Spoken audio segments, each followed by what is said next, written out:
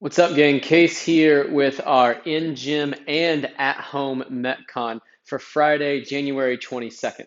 We got 5 rounds today, 10 box jumps, 10 bent over split stance rows. That's going to be per arm.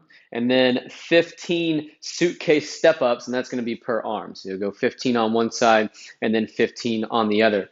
24 prescribed height for men, 20 for women. Remember, on box jumps, we don't want any wasted motion. So we don't want to be back too far from the box. About 1.5 feet is a good starting distance. You just want to make sure you don't clip those hands as you load up or swing for that jump.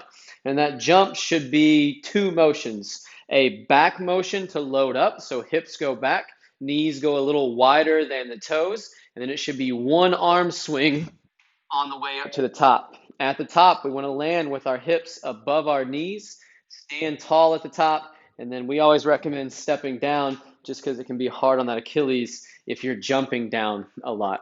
On those 10 reps today, find a consistent breathing rhythm. A lot of other reps, a lot of other movements involved today for 5 total rounds. So you don't want to rush through these box jumps, but you shouldn't need to break them up at any point. From there, new movement for some of us, a split stance row, and there's some specifics about how I want you to set up for this. So whichever arm you're rowing with, that's the foot that's going to be back, and I don't want your toes facing directly towards that box. I want you to turn those toes off to the side about 20 degrees.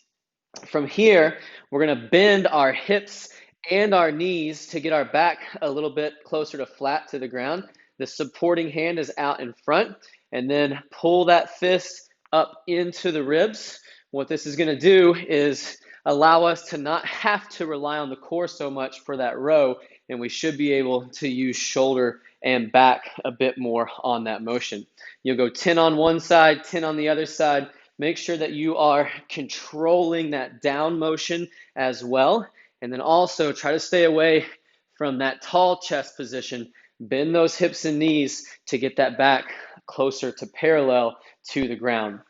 Finishing up with 15 suitcase step ups per side. It's that short height. Again, today we're trying to mimic a suitcase walk or a farmer walk with this motion. Whichever hand the bell is in, that's the foot that you'll lead with. So leading with the right foot for 1, 2, keep this bell off your side.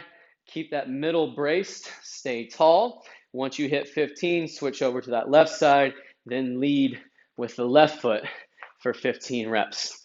5 total rounds today. Start off cruising for those first 3 rounds. Then when you get to round 4, up your intensity. That will probably allow you to just hold on to your pace because you'll be fatigued at that point.